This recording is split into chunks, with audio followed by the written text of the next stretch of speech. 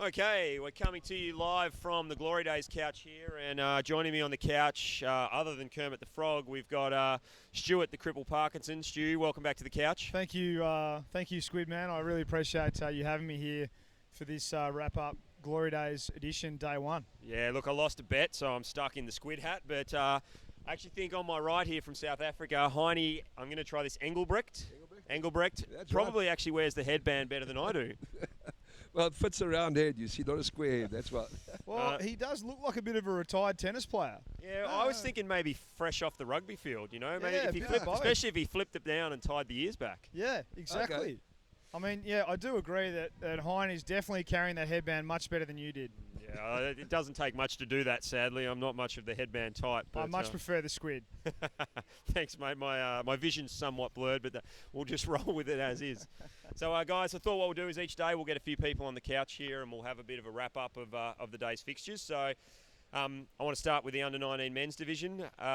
Just looking through the games here. A few interesting games this morning. It was great to see Argentina under-19 men's get their first game in there today against your boys.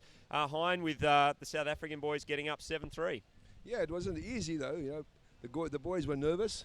Argentina, we thought it would be much easier, but the Argentinian guys really gave us a good run for the money. The score doesn't really give a good reflection of the game. Argentinians were really up to it. They really gave us a good game today. Yeah, and Stu, you might be able to shed a bit of light on this one for us. Argentina being head coached by Lugo from Colombia there. I think we see a fair bit of Colombian influence in the way they're playing. Yeah, I mean, to a point, I think Lugo's changed his philosophy and perspective on hockey a little bit, coaching the Argentinians, obviously, because they come from a different starting point than the Colombians do. So it's a little bit of a different equation, but I think the first day, the Argentinians have across the board been quite a surprise to a lot of the competitive countries that have played them today. And you can definitely see the quality work that Sebastian Lugo has put into them over the last year and a half, for sure. Yeah, and I think it's definitely when the stands light up and the crowds go crazy, those Argentinian supporters. And look, on the stream, they're our biggest followers. That game, 2 hours after it had streamed live there, Heine, we'd had 1,300 views of Argentina versus the South Africans this morning. That's amazing. No, it's really great. And to have them coming here with 4 teams, that just shows you that something's happening in Argentina. It's good for the sport. Yeah, it's absolutely phenomenal. So the other game from this morning with the under-19 boys, the GB guys, getting up 3-0 over Colombia, Stu. Well, I mean, I must admit that's a bit of an upset. I know that the Colombian under-19 lads, it's under-19 lads, right? Yeah, they wouldn't be happy with that. I'm sure they've learned a lot out of that game, getting beaten by GB, and I can guarantee you as well that the GB lads will be pretty happy with that win. So it's going to be very interesting to see how the Colombians bounce back from that and how much momentum the GB boys can carry off a good win like that. Yeah, I haven't seen the style that the GB boys have been playing, but I've been talking to them on the pool deck, and that they were really happy with today's results because they then jumped in this afternoon and 3-1 against the South African boys. Now, last Worlds they were coached by Kiwi. Rob Tinkler was in there coaching them. And it'd be interesting, I don't know if you watched that game, Hein, what kind of style the GB boys were playing. No, they were definitely trying to stay, not give the puck away. It was good puck retention, having been commentating with Joe and the 23 GB captain. They really have put a lot of effort into that team. They've been training hard. You can see that they want to win. They're here to win. The boys on a good condition. Their physique looks good. They are disciplined. If you look at the stats, you'll see there weren't many infringements against the GB boys. They were a really disciplined team. Yeah, no, and I think that's a really important thing. We've seen at previous Worlds how important keeping players in the pool is. So if I flick to the under-19 boys ladder now, we've got New Zealand and GB sitting tied on top there with 2 wins each, both conceding 1 goal. So nothing to break them at the moment because obviously it goes to head-to-head after that. So sitting tied at first. And then we've got the USA, South Africa, Colombia as we run down through, all with 1 win. And sitting down the bottom there, Argentina, Australia and Canada, all with no wins from today's game. So it's really anyone's tournament right at the start here, Hein. Definitely. Depending on your draw, we had a good draw today. We started with Argentina, so it was a good start for us. And then we hit GB. We didn't expect it. So it depends on the draw. And a tough day for the Australian team there today, Paco. Obviously facing up against New Zealand this morning, and then I think they played Colombia this afternoon. Yeah, I think that's right. Yeah, tough day for the guys. But like Hein just said, like it has a lot to do, the seeds, where a team ends up after the first day is basically to do with who they verse in that first day. So obviously the under-19 Australian team had a pretty tough kick out on their first day, and obviously didn't get the results they would have wanted. So, yep, they're sitting down somewhere close to the bottom at the moment. But, in the great Australian tradition is, certainly where we start is not often where we end up. So hopefully the under-19 Australian team can, pick it up and get some good results going forward. Yeah, and then looking at the kick-out time, we've got Canada leading there, 8 minutes total for today across the two games, and then it's the USA with 7 minutes. It must be something about those North American nations, just a little bit cheeky maybe. Yeah, it could be, but I think it's also nerves, people making mistakes. Their first international tournament, so they're inclined to be over-eager sometimes, and they just don't stay to the basics. And then looking at our highest goal scorers, Stu, it's two Frenchies sitting there. We've got Clement Arocas and Tom Boitier, both with 5 goals apiece for the first day. And they're from the under-19 team? Yeah, this is in the under-19 boys. Yeah, they had some really fast swimmers in that team and some really good energy coming into the games that they played today. So I'm not surprised at all that they got a lot of goals on the board. So well done to those two young lads for getting it done for their team today. Yeah, so we'll slip to the under-19 girls today as well. South Africa, defending world champs, Hein. Good solid performance this morning, 5-0 over the USA. Yeah, they started well, 5-0. We expected a higher score, to be honest, so the USA team really did well. Yeah, it's a really good effort from the young girls there. And then looking through the rest of the draw here, this evening, a 3-0 win for them then against GB. That was a game to watch. The GB girls actually, the score doesn't reflect the game. The GB girls were on our goals the whole time, and we had a good breakaway goal in the first half, which helped us a lot. But if you look at the stats, I think they would be ahead 60% to 70% in our half. And unfortunately, the GB girls just couldn't score. And the SA girls kept their head, and they just stayed to the basics, and they pushed through. So we're really proud of them. Yeah, it's a good game there this evening. And Stu, a tough afternoon for the Colombian girls, going down 3-0 to Australia in the middle of the day, and then in this evening's game going down 6-0 to New Zealand. Yeah, a tough day for the Colombian girls on their first day. And what team would be happy with losing both of their games in the first day? But I must admit they played some quality opposition, and they definitely did themselves proud in those two games. I mean, the Aussie girls, congratulations obviously to them, but commiserations to the Colombians. It's always a good game when the Australians play the Colombians, regardless of what the result is, and I'm sure the Colombian girls have learned a lot playing against two very different styles in the Australians and the New Zealanders. So I have no doubt that they're going to come back bigger and stronger on the second and third days as we progress through the comp.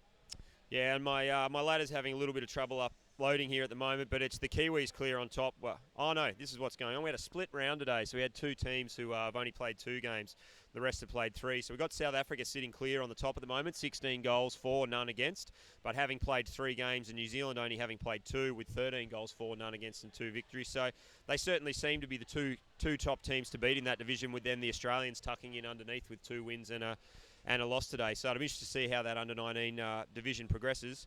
In the stats, looking at the numbers here, the kick-outs, pretty clean from the girls in there today. It looks like actually Colombia pipping them there. 5-minute kick-out for the team, and then Australia coming in second with 4. So it'll be interesting to see how that affects things going on.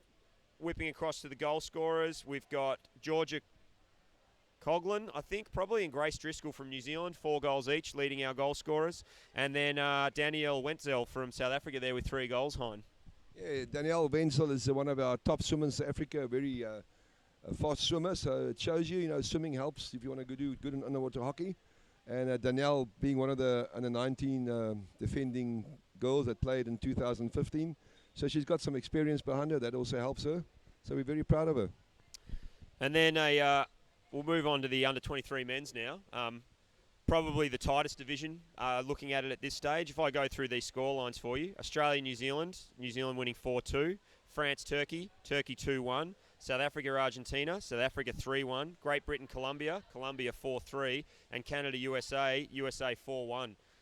3 goals, the biggest score difference across 5 games and 10 teams. That's phenomenal competition, Stu. Yeah, it's a close first day for those under-23 lads. and I can't really see it changing that much, to be perfectly honest. Like, obviously, there's going to be a little bit of, sort of improvement and some, like, flex happening across those teams. So, we'll obviously see some people sort of creep ahead with their noses in front at different stages as the round progresses, but it's so tight, and watching those games and commentating those games as they went on, it was very hard to pick a clear, sort of decisive winner, even if, obviously one of the teams won on the scoreboard, but they didn't necessarily control the game the whole game. So it's going to be very interesting to see who ends up being on top by the end of the round robin. Yeah, no, I totally agree. And Hein, I think the one for me that probably stands out there is USA 4-1 over Canada. USA won junior team for the first time at the last Worlds. Canada had 3 there. Canada are here with 4, but the USA, their under-23 program, obviously stepping forward. Yeah, definitely the USA guys, but you can see the discipline outside the water as well of the USA guys. Watching them coming into the arena and lining up, you can see they are dedicated. They're here to make a statement, and it's good to see them playing. I'm not sure. I think their coach is Scott or the manager, but they've organised. These guys are here to make a point. They're not here to be pushed over. Yeah. So if we look at the ladder there, we've got only one game played, so it's not a lot, but we're looking at Colombia, New Zealand, South Africa, Turkey and the USA holding down the top 5 spots. But tomorrow, this division playing 2 games, so that we'll start to see with 3 games under their belt, the ladder will make a big difference tomorrow. Looking at how they've worked on the kickouts there, the South African boys had a bit of a run in there, Hein. We've got 7 1-minute penalties and 1 2-minute penalties for 9 minutes of kickouts. Yeah, Nick, it's always disappointing having players outside the water. You train so hard and you pay so much money to sit outside the water. There's no excuse for it. And obviously the coaches will talk hard with their players, and it's something we want to get rid of. We're not here to sit outside the water, definitely not. Interestingly enough, they were actually getting binned, because I commentated that game today, for obstruction a lot of the time. But I don't know, watching the game, it was almost like the guys weren't doing it on purpose, but because they love streaming onto the puck and in front of the puck and supporting each other a lot of the time either around or in front of the puck, it's very hard for the refs to not call them on instruction when the defending team is trying to get in there as well. So it's going to be interesting to see how the South Africans deal with that moving forward. It's frustrating, but we've got our assistant coach, who's Bram Botha, which is a well-known elite South African player. And he'll obviously also look at the videos, which is the advantage we have now with the live streaming, and you can look at it afterwards on YouTube. So they'll definitely have a hard look into the mistakes, and they'll work on it. We can guarantee you, we're not here to sit outside the water.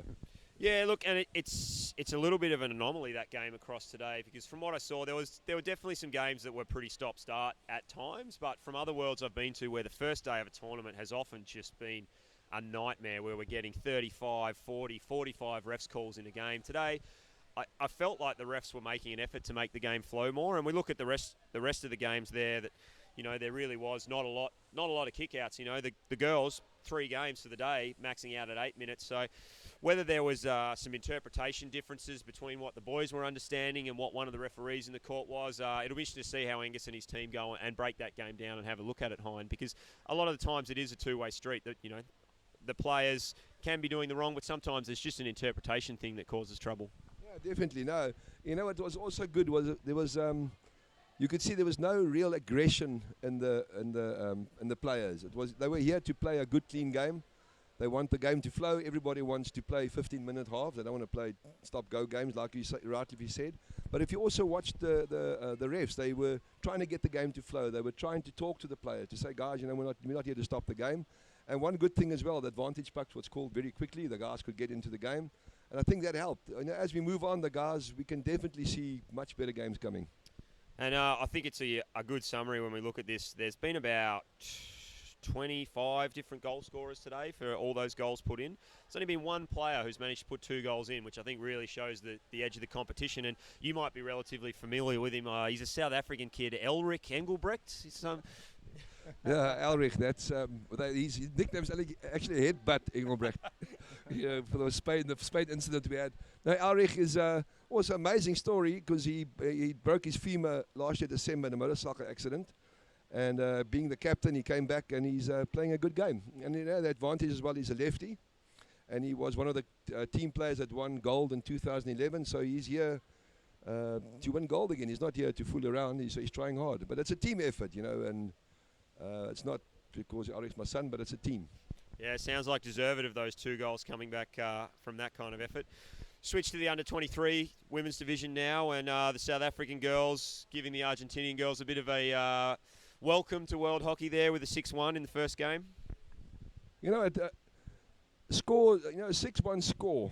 You must look at the game in total. We always look at the scores, and we always afterwards we say how far did somebody win somebody else, and say then we can roll over them. And the next day, it's something else. So 6-1 it sounds a lot, but it's nothing. It's nothing till the tournament's over. And France really giving Canada a fair hard time there. Stu, 11-0. That's the French ladies, coached by Sarah, they're looking really sharp this tournament. Yeah, they are looking sharp, and I can attest to the fact that the Canadian ladies definitely made them work for it, but the French ladies were a very sharp, well-practiced unit in there, and it's a testament to how many goals they scored today, because they were under pressure a lot, but they definitely managed to find the goal, well, obviously 11 times. Yeah, and then we had a rematch of the grand final from last year with Colombia facing off against GB, and that one went down to the wire, a 3-2 win to Colombia. So the girls and Pipe will be happy to take that one away, Paco. Yeah, they definitely will, and I can tell you that game was very close, the whole game. The Colombian girls sort of got a goal on the GB ladies early, but then there was no clear team that was dictating the passage of play any more than the other one, really, for the whole game. Every now and again, it just sort of seemed that the Colombia just sort of managed to put 1 or 2 more big drives together at critical points, which was pretty much the difference. But apart from that, those 2 teams were very even.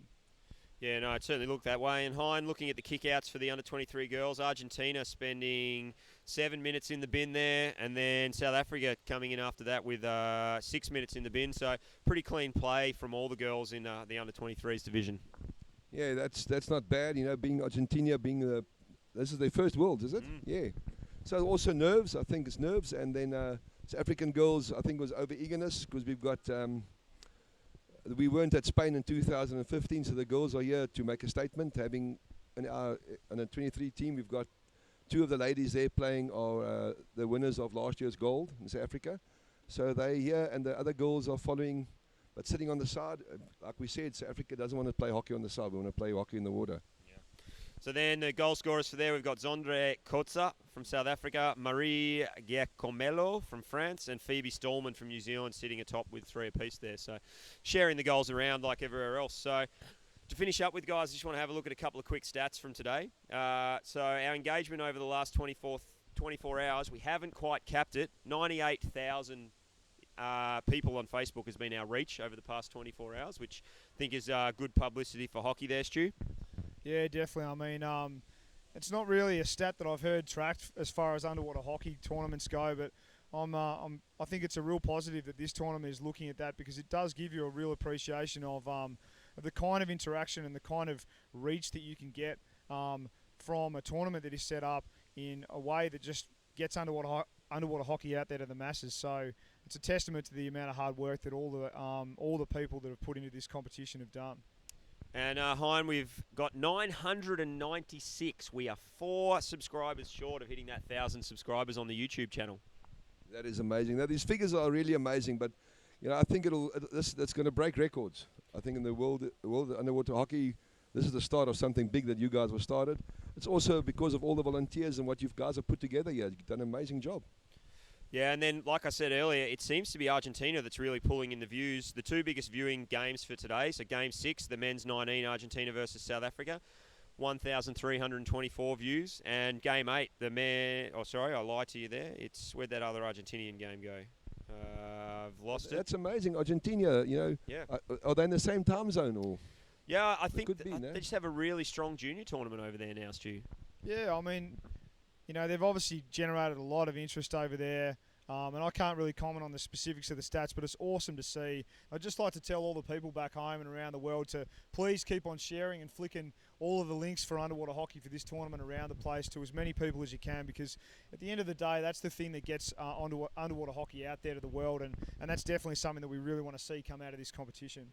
And then finally, I'll just check in with how our GoFundMe's going for paying for some of this streaming that we're putting together. So we've hit the $1,760. So we're nearly 20%, or 17.6% in fact, of the way there to our $10,000 goal.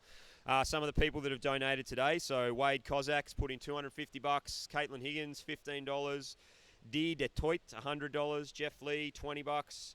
$100 from Caitlin Ten Bensel. So we're getting a lot of information being put on there, and a lot of people really willing to step up. So 1,000 people that have subscribed, 22 people that have donated. I think over the next week, as if we can keep up the standard of the footage, we might get a bit more on there.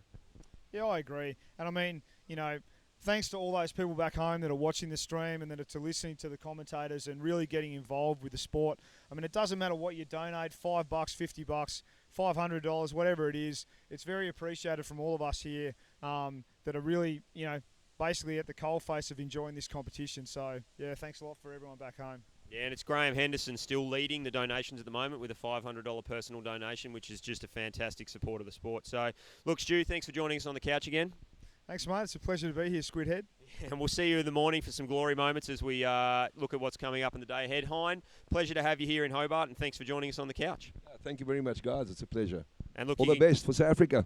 Yeah, and you can keep the headband, I think, mate. It's much better on you.